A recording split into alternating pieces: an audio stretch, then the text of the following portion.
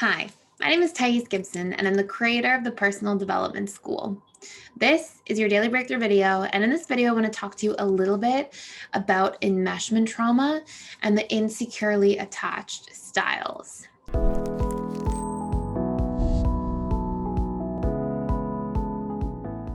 So, this is actually based on a question I had from somebody inside PDS, and they asked about, do dismissive avoidants often find themselves enmeshed in childhood?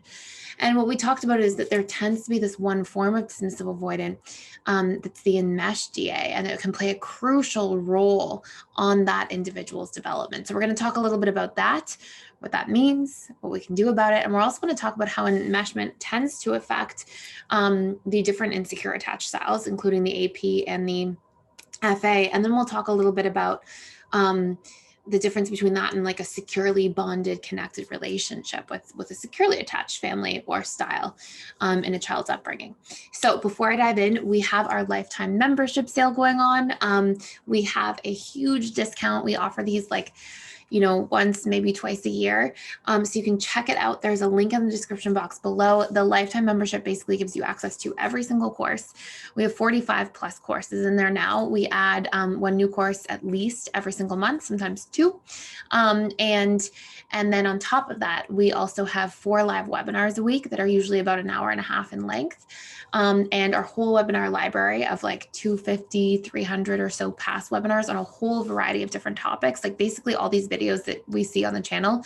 We have many like long form webinars with exercises, with Q&A, all that good stuff in there. And we also have, and you would have permanent access to this, social events every single week. So every single day. I think we may not have any on Sundays at this time, but I run some of them, well, the webinar events. Then we have trained attachment coaches who run different events. We have social groups. We have deep conversations for connection. Some people do game nights, like all kinds of stuff going on in there. So you can check that out. And I will put a link to that in the description box below, but you get access to it for life. So as we keep adding new courses, as we keep producing new content, you can kind of come and go as you please and sign up for different events and continue to further your learning, your growth, and your healing process. So, and a lot of it too is like self-development. So like set and achieve goals in the 7 areas of life and upgrading your habits and all these different things. Anyways, link in the description box below if you want to check it out. Let's talk about this topic specifically. So, so basically, when we look at enmeshment, all 3 insecure attached styles suffer some form of enmeshment in childhood if we include the enmeshed dismissive avoidant. Some dismissive avoidants that just have pure neglect are sort of outside of that picture. But let's talk about the enmeshed DA first. So oftentimes, what's really interesting to recognize in enmeshment is, especially as it happens from caregiver to child, enmeshment can be this like huge dismissal of that person as a human, as like a unique individual with their own needs. So let's say we have a parent who's enmeshed with their DA child, and let's say at the period of time, it's just this young child, this individual. Well, if these enmeshment patterns happen, as soon as somebody's enmeshed, it's like, this is the way I expect our relationship to work, to go, to this is how we're going to relate to one another. And enmeshment basically insinuates that we think we're responsible for both of our own needs, but we're not communicating them. We're taking on each other's emotions, taking on each other's needs.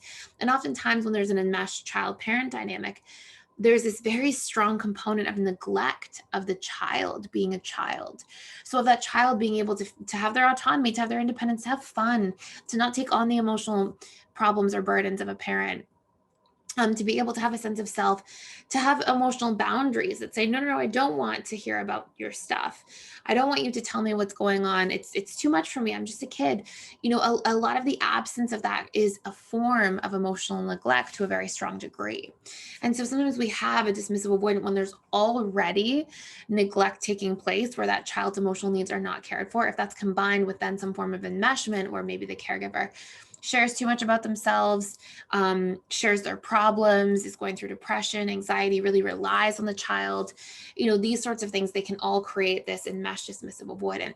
Now, in this dismissive avoidant adult life, they can really, it's almost like a twofold DA, right? Because they've got that emotional neglect and that I take care of my own needs because nobody's taking care of me, but that's combined with this idea that it's like, when people try to make me responsible for their emotions, I really don't like it. And I push it away because my subconscious comfort zone, my subconscious emotional associations around that are painful. And the subconscious comfort zone in relationship to self is more like I learned to take care of my own needs because I wasn't getting my needs met. So it's not like the enmeshment stays as a subconscious comfort zone, because usually the neglect takes precedence. So often in those situations, you'll see that DA in their adult life, the enmeshed DA, they may caretake a little bit for people, and it can be through like acts of service more so than anything emotional or vulnerable.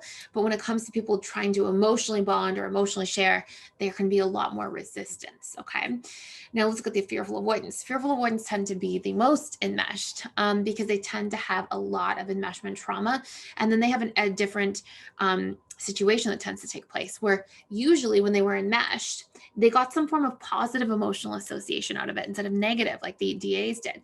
And usually it was because they felt like that was their time where they got one-way emotional connection.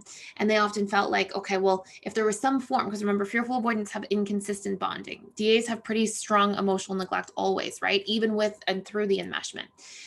So when we hold that next to be really clear and specific here, when we hold that next to fearful avoidance, they've already had some positive emotional associations to connection, because sometimes their caregivers are loving and kind and sweet. And so they yearn for that connection because they've had more of it. They've built in positive associations to it. DAs, remember, they had negative emotional associations because they constantly had some form of rejection of that. And then when that's coupled with the caregiver dumping their stuff on them, it's like, no, no, no. So they haven't had that taste in the same way of like the caregiver truly connecting to them, seeing them, hearing them, being present with them. Whereas fearful avoidance do have some of that. It's just combined with a lot more emotional volatility and inconsistency around that, and often distrust and very unpredictable patterns around it. So fearful avoidance then make different emotional associations at the subconscious level. They tend to see enmeshment as some form of bonding. Okay, at least my caregiver is kind of present with me. It kind of triggers these positive built-in emotional associations. I have somewhat of this like closeness and love. And so they sometimes even yearn for it and seek it out, and it's part of their subconscious comfort zone, and they keep that. And those become very strong rules for how they learn to relate to others. That is also combined with the fact that fearful avoidance is part of their survival strategy or coping mechanism. They become extremely hypervigilant, which means they're often in this strange way really good at enmeshment, because they're really good at reading between the lines of patterns of behavior and seeing people's needs and mind reading, and that works for them. And it not always, because we never can actually mind read, but they're really good at establishing those patterns. So they tend to sort of almost make enmeshment work. It's not a healthy thing long term, no matter what, because what ends up happening is we create resentment. It's a form of self-betrayal. We abandon ourselves. We learn to prioritize other people instead of ourselves with other people equally and harmoniously. We're out of healthy interdependence. We don't communicate our needs. And even if you're good at reading someone else's, like the fearful avoidant can be, nobody's going to ever mind read your needs back 100%. So it's a ticking time bomb for the moment in time that will come if you're living in an enmeshed relationship dynamic, where eventually you're like, I've been so good at meeting your needs. I've been giving everything to you. I've been sacrificing, and you couldn't even meet this one little need for me. And then all that resentment, all that anger tends to come up, right? So that tends to be the FA, relationship to enmeshment. And then anxious preoccupied, they have usually some enmeshment. They are very much taught that like we are dependent on one another for emotional needs, but then there's that inconsistency because sometimes the caregivers are unavailable. Maybe they work a lot, maybe one's more available than the other, but they usually try to, as a strategy, create more enmeshment, more closeness, do everything they can to create more of that dynamic of two people completely being codependent with one another and relying on each other and having the lack of emotional boundaries and boundaries between self and other, aka enmeshment. And those dynamics tend to be what they use to try to connect, because that's how their subconscious mind thinks the relationship should be, as a strategy specifically to avoid abandonment. So these tend to be the different attachment styles relationships to enmeshment. And then securely attached individuals, they tend to be like no to covert contracts, no to us mind reading about needs, no to me doing things for you so that secretly you'll then do something back to me or for me. And they tend to be very much direct at communicating. tuning into themselves, knowing what their yeses and nos are, having boundaries, feeling safe to communicate and share those boundaries with self and other, and encouraging others to be doing the same, and asking about boundaries and asking about needs, and really trying to facilitate those conversations. That is always going to be the much healthier way of relating and the much more empowering way of doing relationships. So that's really the big shift that sort of takes you out of that dynamic. And also, a lot of that as well will come with reprogramming fears around a lot of this different stuff. Like, you may even recognize, okay, these are the patterns I need to have on my way out, but I have this fear of, if I'm not enmeshed, I'll get abandoned.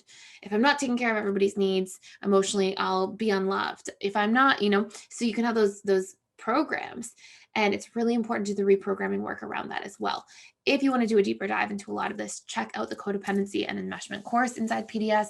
There is a link below as well to the course pages, so you can check out some of the different courses that we have in there, with a coupon code for the all access membership pass, as well as the lifetime membership. So this is it for today. Thank you so much for watching and for being here. Please like, share, and subscribe if you haven't already, and I will see you in the next video.